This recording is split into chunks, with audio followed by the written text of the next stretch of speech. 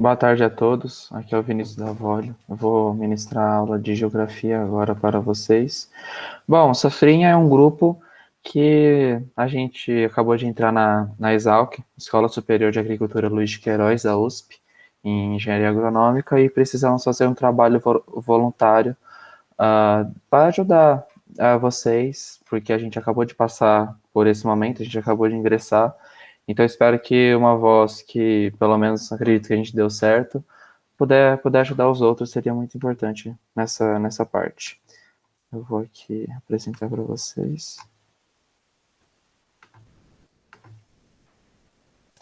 Então tá, eu vou falar de geografia agora, dos modelos de produção industrial. Esse modelo de produção industrial ele é presente praticamente em todos os vestibulares, principalmente no Enem e na Unesp, também eu fiz algumas questões disso, mas quem sabe pode cair em todo, na FUVEST, então é muito importante aprender. Então, na introdução desses modelos de produção, a gente tem que pensar que tudo começou com a Revolução Industrial. Aí começou a maior urbanização da população e consumo de produtos industrializados. Então, de todo jeito assim, ou teve a necessidade de organizar os gastos, a produtividade, tudo o que acontece nessa nova dinâmica, porque é tudo novo. Antes, numa dinâmica totalmente rural, não tinha tanta existência do dinheiro, e agora vai mudar tudo isso, então algumas maneiras que foram organizadas. O primeiro modelo é visto até como negativo, e depois vai ser melhorado com o segundo, é o Taylorismo, e o segundo é o Fordismo. Eles são bem semelhantes, mas tem algumas coisas que, além do lucro, a gente tem que prezar também o bem-estar de todos os trabalhadores, o que é muito importante. Então, vamos falar um pouco do Taylorismo. O Taylorismo teve início no século passado, isso começou principalmente depois da Segunda Guerra Mundial. Foi na época da Revolução Industrial, onde mais começou. E o criador desse sistema foi o Frederick Taylor, que acreditava na especialização de tarefas. Então, o trabalhador desenvolvia uma única atividade. Eu até coloquei uma foto nos próximos slides para ter uma noção. Mas se vocês já assistiram aquele filme do Chaplin, de tempos modernos, é bem isso aí mesmo, que você só fica, por exemplo, fazendo uma única atividade durante todo o dia, e é cronometrado isso, você só sabe isso, você nem sabe às vezes o que você está fazendo. Você fica até meio louco. É literalmente isso. Então, além de monitorar o tempo gasto, então, tem um cronômetro lá e você vê, se você, sei lá, apertou 500 parafusos por hora, você ganha um prêmio. É literalmente isso. Então, não é uma coisa muito humana, vamos falar isso. Então, teve até muitos protestos por causa disso aí, porque estava querendo explorar o trabalhador. E o trabalho era, não, além de ser não muito bem remunerado, essa alta produtividade, preciso apertar 500 ou 600 parafusos por hora, fazia a pessoa não ficar muito bem. Aí chegou o Fordismo, que meio que ajustou um pouco o Taylorismo e foi consideravelmente bom, vamos dizer, pelo menos para a época. Então, o principal avanço do Fordismo em relação ao Taylorismo foi a adição de uma esteira na cadeia produtiva. Então, o Fordismo, óbvio, quem criou foi o Henry Ford. Então, na criação de carros, cada um fazia uma parte. Então, chegava a carcaça e cada um ia montando dentro de uma linha. Isso foi muito revolucionário para a época, porque fazia a coisa correr mais rápido. Você não precisa se mexer, você só precisa fazer as coisas. Então é isso aí. Foi baseado na especialização da função, mesmo assim, cada um fazia apenas uma função e ainda por cima ele fazia parada, ele só fazia isso. Literalmente isso. E para aumentar mais a produtividade, o Fordismo pregava pela produção em série. Ou seja, era só um tipo de produto. Então só tinha um carro que a Ford fazia e ele fazia em larga escala. Então, por exemplo, aquele carro precisava de um modelo de roda. Então tinha dentro da fábrica monte dessa roda, um monte do mesmo pneu. Então era uma fábrica muito grande, que tinha muito estoque, tinha um monte de carro depois, um monte de carro pronto já no estoque. Então era muito rudimentar para a época hoje, porque você não vai, por exemplo, numa fábrica da Chevrolet hoje em dia, não tem 1000 Onix ou 1000 outros carros lá. É tudo feito sob medida, que depois a gente vai falar, que é mais toyotismo. E uma jogada importante do Henry Ford, que para dar uma visão melhor da época, foi aumentar a remuneração dos trabalhadores. Então, e ao mesmo tempo, por a esteira tornar o processo muito produtivo, reduzir os custos dos carros. Então, os trabalhadores conseguiam comprar os carros que eles estavam fazendo. Isso é muito importante, porque dá um senso de orgulho para a pessoa. Então, isso era muito realizador para a época. Revolucionou muito. Aqui as fotos que eu falei, o Chaplin ficou louco de tanto ficar apertando o parafuso, porque ele só fazia isso o dia inteiro, e queria cada vez que ele fizesse mais. E essa aqui é uma tirinha muito, muito importante que eu vi enquanto eu estudava lá na escola. Vou me aposentar amanhã e sabe o que eu vou fazer? Andar até o fim dessa linha de montagem e descobrir o que eu estou fazendo há 30 anos. É realmente isso, porque você só está apertando o parafuso, vamos se dizer. E você não sabe no final o que você está fazendo. É uma coisa, vamos se dizer, desumana. Você não quer que a pessoa pense, você não está fazendo que a pessoa pense criticamente, você só quer que ela faça isso. É literalmente o desumano. Agora vamos falar um pouco do toyotismo, que mudou, que é totalmente diferente. É um sistema de...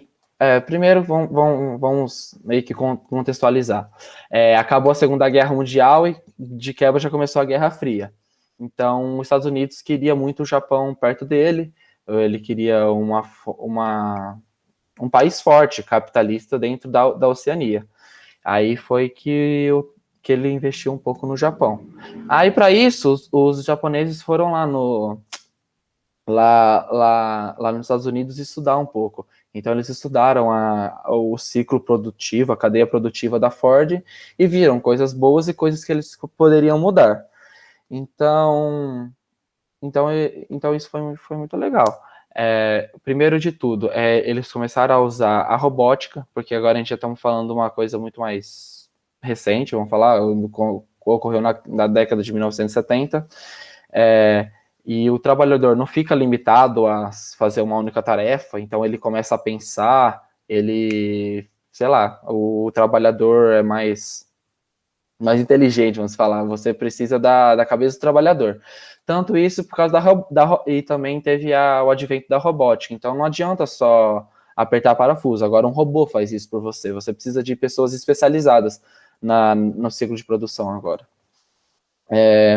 E outra criação desse sistema é o just in time, porque pensa, o Japão é um país pequeno, então ele não tem meio que o luxo de ter uma enorme fábrica, igual os Estados Unidos tinha com a Ford.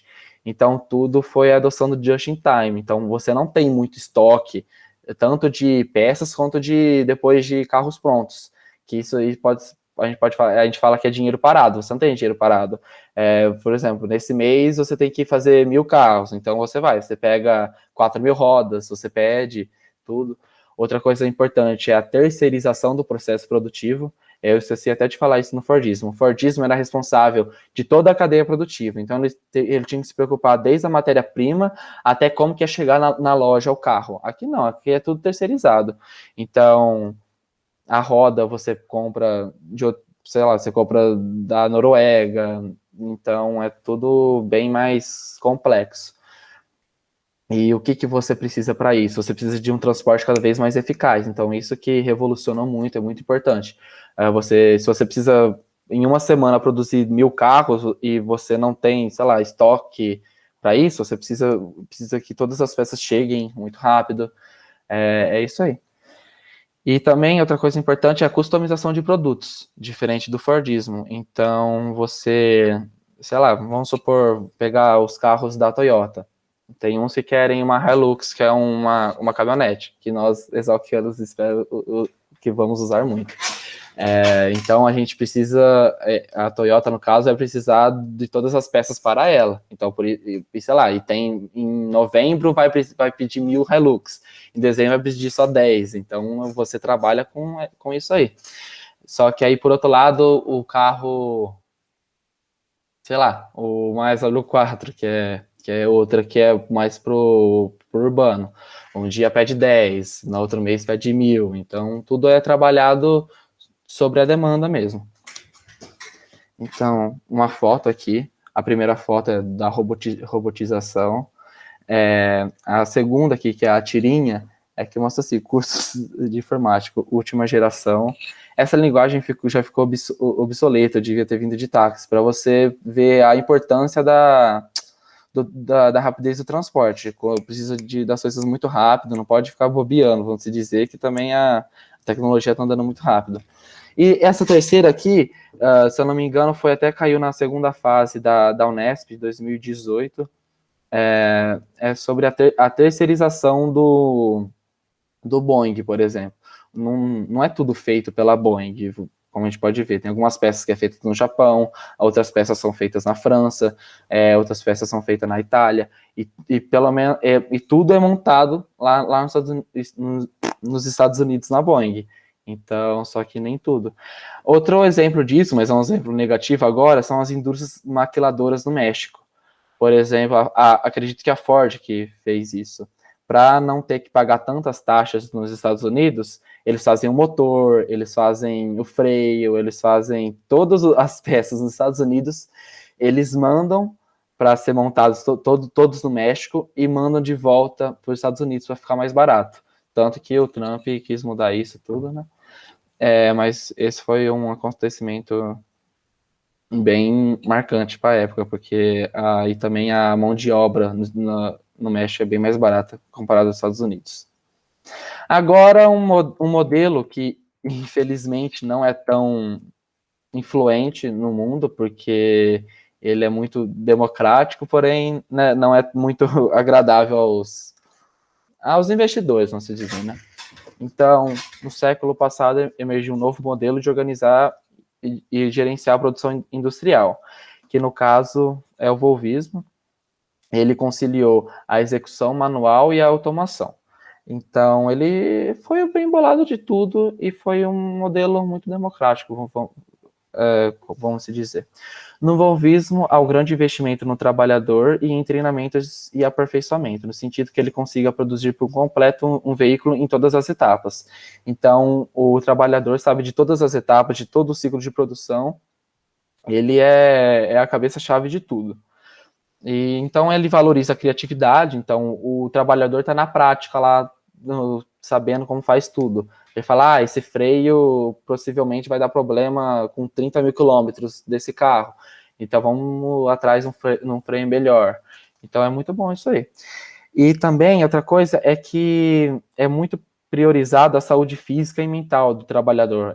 Tem a divisão dos dias de 6 em 6 horas. Então 6 horas você dorme, 6 horas você estuda, 6 horas você trabalha e 6 horas você usa para seu lazer. Então isso é muito importante porque, vamos falar, é uma vida boa para todos, entendeu? E também, como eu já tinha dito, os trabalhadores participam tanto nas decisões quanto no lucro da empresa. Então eles estão trabalhando para eles mesmos também. É isso. Acredito que esse assunto é muito importante e que vale a pena estudar. Eu espero ter passado alguns conceitos que às vezes não estão muito nos livros ou em qualquer coisa. Foi mais uma coisa de um aluno do passado, tentando trazer umas coisas mais fáceis de lembrar e muito importantes na hora da prova. Tá bom? Muito obrigado e espero que vocês acompanhem todos os vídeos do Safrinha Vestibulares.